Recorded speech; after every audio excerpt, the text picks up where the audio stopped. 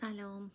امروز میخوام در مورد موضوعی صحبت بکنم که هم به عنوان یک مادر هم به عنوان یک مهاجر برای من مسئله خیلی مهمی بوده و اون موضوع این هستش که مهاجرت چه کاری با بچه های ما میکنه.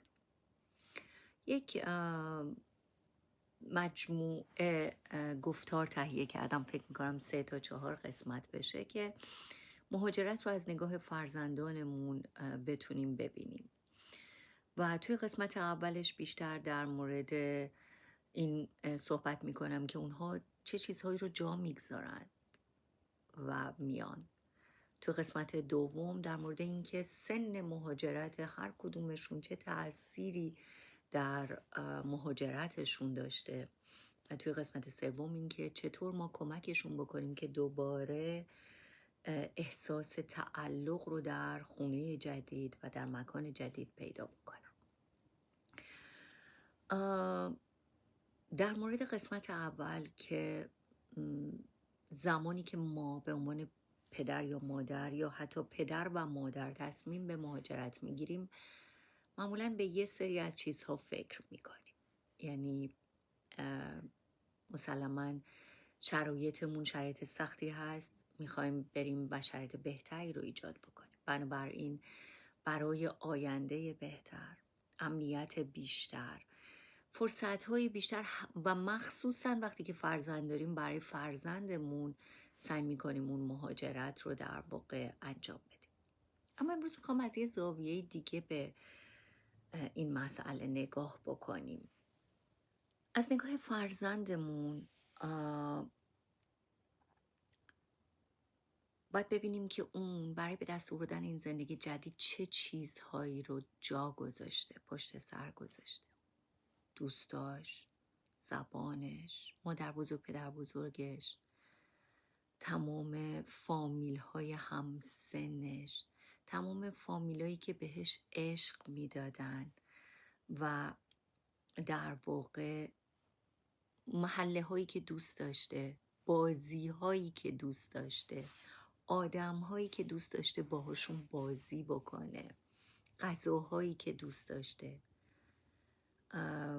و بوهایی که واقعا ازشون لذت می برده. ما هم همه اونا رو میس می کنیم و برای ما هم تحملش سخته، اما ما به عنوان یک آدم بزرگ انتخاب کردیم که این راهو بریم، اما بچه های ما انتخاب نکردن و ما اونها رو همراه خودمون آوردیم. بنابراین باید حتما این قسمت رو در نظر بگیریم که اونا چه چیزهایی رو در واقع توی این مسیر دارن براش عزاداری میکنن، دلشون به شدت براش تنگ شده.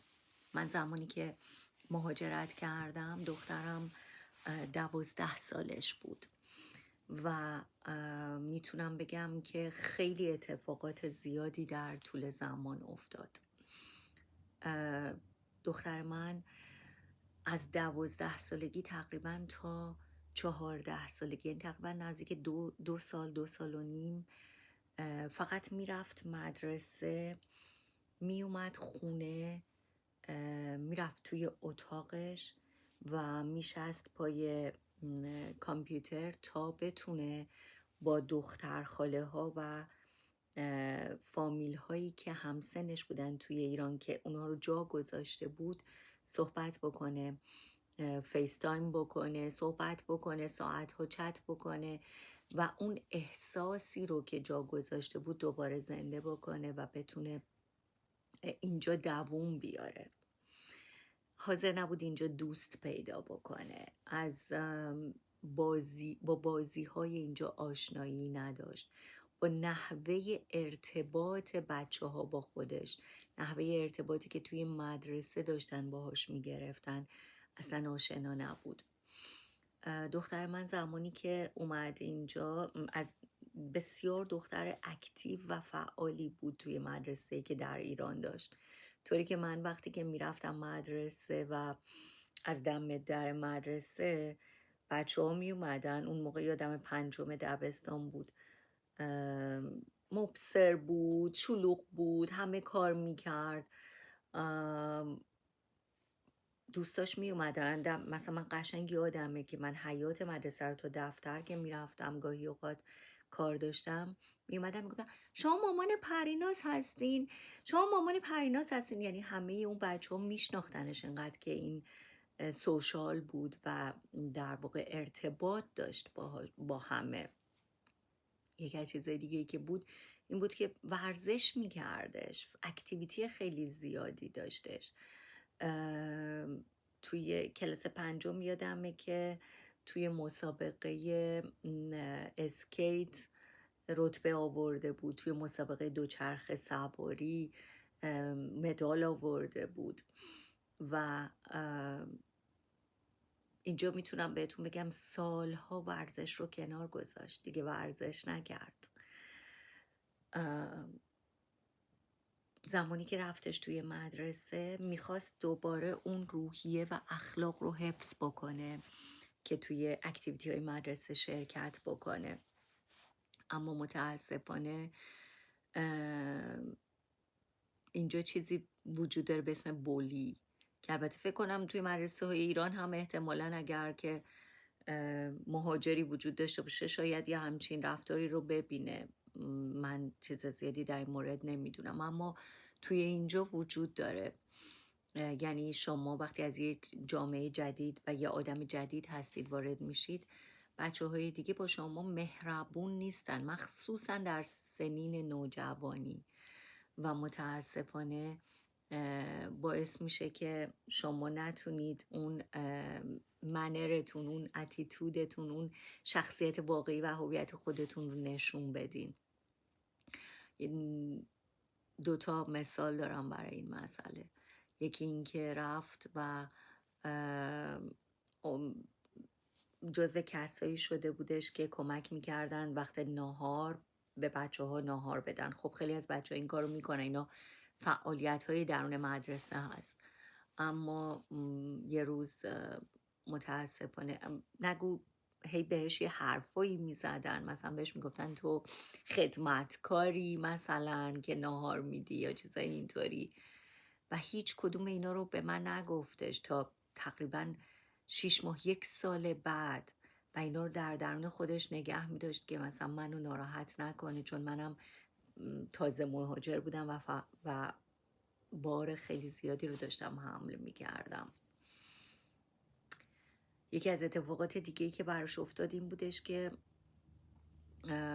توی کتابخونه مدرسه عضو شده بود، چون کتاب خیلی زیاد میخوندش، ولی بازم فکر میکنم اونجا با اینکه توی اون سال جز بچه هایی شد که از همه بیشتر کتاب گرفته بودن از کتابخونه و خونده بودن، با این حال اون برخوردی که باید اتفاق میافتاد اونجا اتفاق نیفتاده بود براش.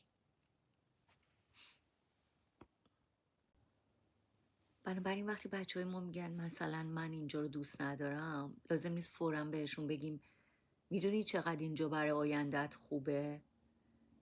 گاهی خود بهتر بگیم میدونم، میفهمم، دلم برای زندگی قبلی تنگ شده،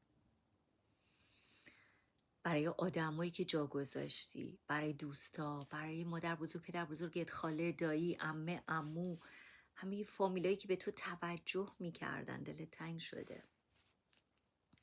مدرسه برای بچه های مهاجر فقط جای درس خوندن نیستش، یکی از اصلی ترین مکانهای سازگاری اجتماعی حساب میشه، ولی اونجا هم همونطور که گفتم ممکنه نتونه شرایطش رو پیدا کنه، مخصوصا با زبان جدید، سیستم آموزشی جدید، شوخی‌های فرهنگی جدید، انتظارات که معلم‌ها دارن، چیزایی که کاملا متفاوت شده، نحوه تدریس، نحوه انتظاراتی که از بچه میخوان، و این درک فرهنگی همونطور که ما رو دوچار شوک میکنه و تا سالها توش میمونیم، بچه های ما رو هم دوچار شوک میکنه. خیلی از بچه ها تا مدت های طولانی نمیتونن از این وضعیت در بیان. خود اون زبان و اعتماد به نفسی که ممکنه بچه رو تحت فشار قرار بده، دوچار خجالت بکنه، ممکنه نتونه شخصیت واقعی خودش رو نشون بده. گاهی اوقات ممکنه باعث سکوتش بشه. مثل دختر من شاید باعث حتی کاهش اعتماد به نفسش بشه، یا اینکه باعث بشه که دیگه نخواد دوست پیدا کنه، خودش رو عقب بکشه از اجتماع و خودش رو جز و عضوی از این اجتماع ندونه.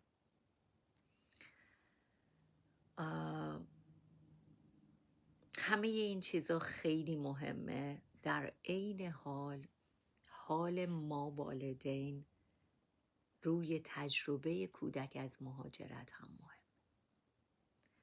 در واقع کودک تنها با مهاجرت خودش مواجه نیست، با والدینی هم مواجهه که خودشون هم مهاجرت کردن، سردرگمن، دنبال کار جدید هستن، مشکل زبان دارن، مشکل پول دارن، مشکل تنهایی دارن، مشکل دلتنگی دارن، حال روحی خوبی ممکنه نداشته باشن، تغییر جایگاه اجتماعی دارن، نگران آینده هستن.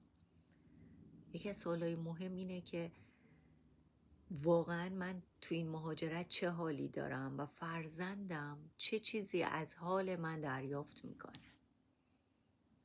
اینکه من فقط کار کنم، پول در بیارم و موقعیت مالیش رو تامین بکنم برای اون کافی نیست. روابط حمایتی، ثبات خانوادگی میتونه یه نقش محافظ مهمی برای این بچه داشته باشه.